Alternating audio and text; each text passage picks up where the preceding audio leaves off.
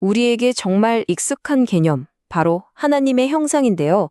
사실 이 개념이 우리가 생각지도 못했던 곳에서 그것도 훨씬 이전에 먼저 등장했다는 거 혹시 알고 계셨나요?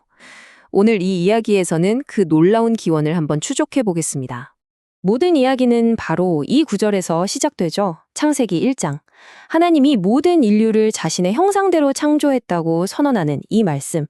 이건 서구 사상의 아주 근간을 이루는 정말 중요한 구절이잖아요? 근데 이게 당시로서는 얼마나 혁명적인 선언이었는지 이걸 먼저 이해해야 돼요. 고대 근동 세계에서 신의 형상이다. 이건요, 오직 왕한테만 붙일 수 있는 칭호였어요. 신의 권위를 상징하는 절대적인 거였죠. 그런데 창세기는 이 엄청난 특권을 모든 사람에게 그냥 줘버린 겁니다. 진짜 어마어마한 발상의 전환이죠. 자, 그럼 여기서 이런 질문이 생기죠. 모든 인간은 존엄하다는 이 위대한 생각이 과연 정말 창세기에서 처음으로 시작된 걸까요? 놀랍게도 그게 아니라는 겁니다. 이 타임라인을 한번 보세요. 창세기보다 무려 1500년이나 앞선 고대 이집트 문서, 메리카레의 교훈에 이미 비슷한 사상이 담겨 있었어요. 정말 엄청난 시간 차이 아닌가요?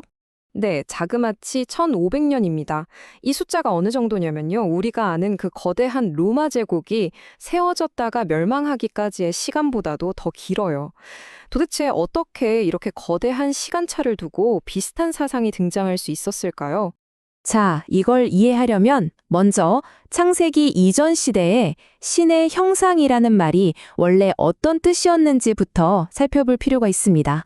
고대 메소포타미아나 이집트에서 신의 형상은 말 그대로 왕을 위한, 왕에 의한, 왕의 칭호였습니다. 왕만이 신의 대리인으로서 이 땅을 다스릴 자격이 있다는 거죠. 그 막강한 권력을 뒷받침하는 아주 강력한 이데올로기였어요. 일반 백성들은 감히 상상도 할 수 없는 개념이었죠. 그런데 말이죠. 바로 그 이집트에서 아주 극심한 혼란의 시대에 이 단단했던 개념에 금이 가기 시작합니다. 메리카레의 교훈이 탄생한 역사적 배경으로 한번 들어가 보시죠. 기원전 22세기경 그 강력했던 이집트 고왕국이 와르르 무너져 내립니다.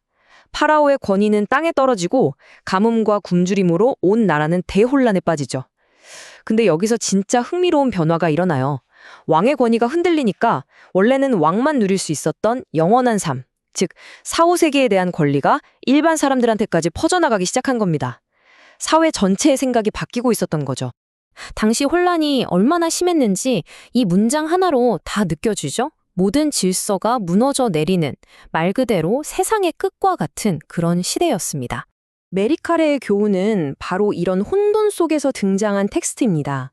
한 파라오가 자기 아들, 그러니까 다음 왕이 될 메리카레에게 남긴 거의 유언 같은 글인데요. 핵심은 이거였어요. 왕권이 약해졌으니 이제 백성 한 사람 한 사람을 소중히 여기고 정의롭게 다스려야만 나라가 바로 선다. 자, 이제 시간을 훌쩍 뛰어넘어서 1500년 뒤로 가보겠습니다. 창세기 1장이 쓰일 무렵의 이스라엘 상황으로요. 놀랍게도 이 사람들 역시 국가적인 재앙이라는 아주 비슷한 위기를 겪고 있었습니다. 네, 그건 바로 바벨론 유배였습니다. 이건 이집트의 내부 혼란과는 차원이 다른 재앙이었어요. 나라가 아예 통째로 파괴되고 모든 걸 잃어버린 사건이었으니까요. 뭘 잃었는지 한번 볼까요? 나라, 정신적 지주였던 성전, 왕, 그리고 살던 땅까지. 그야말로 자기 정체성을 이루던 모든 것이 한순간에 사라진 겁니다. 정치적으로, 사회적으로, 종교적으로 완벽한 공황 상태, 완전한 멘붕에 빠진 거죠. 바로 이런 깊은 절망 속에서 창세기 1장이 기록된 겁니다. 이건 그냥 옛날 이야기가 아니었어요. 세상은 혼돈뿐이고 우린 끝장났어 라고 생각하던 사람들에게 아니다. 이 세상은 하나님의 계획 아래 질서 있게 창조됐고 우리에겐 여전히 목적과 희망이 있다고 외치는 일종의 신학적인 저항이자 선언문이었던 셈이죠. 자, 그럼 이제 마지막으로 이 두 역사적인 순간 그리고 두 텍스트를 나란히 놓고 한번 비교해 보겠습니다. 어떻게 1500년이라는 어마어마한 시간차를 두고 비슷한 위기 속에서 이렇게나 비슷한 해답이 나올 수 있었을까요? 두 문헌에 나오는 창조 이야기를 보면요. 진짜 깜짝 놀랄 만큼 비슷해요. 하늘과 땅을 만들고 빛을 만들고 동물과 식물을 만들고 그리고 가장 결정적으로 사람을 신의 형상으로 만들었다는 그 내용까지. 이건 뭐 거의 같은 뿌리에서 나온 이야기라고 해도 믿을 정도입니다. 하지만 그 목적은 미묘하게 달랐습니다. 메리카레의 경우 모든 인간이 신의 형상이라는 건 일종의 정치적인 전략이었어요. 파라오의 권위가 약해진 상황에서 백성들의 가치를 띄워줌으로써 사회를 안정시키려는 고도의 계산이었죠. 반면에 창세기는 달랐습니다. 이건 모든 걸 잃어버린 사람들을 위한 신학적인 생명줄이었어요. 나라, 성전, 왕 다 잃었지만 괜찮다.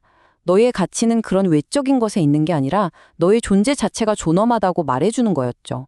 결국 인류의 가장 위대한 사상 중 하나인 인간의 보편적 존엄성이라는 개념은요, 평화로운 시대가 아니라 1500년의 시차를 둔 두 번의 거대한 사회적 붕괴, 그 폐허 속에서 태어난 겁니다. 이걸 보면 이런 질문을 던지게 되죠.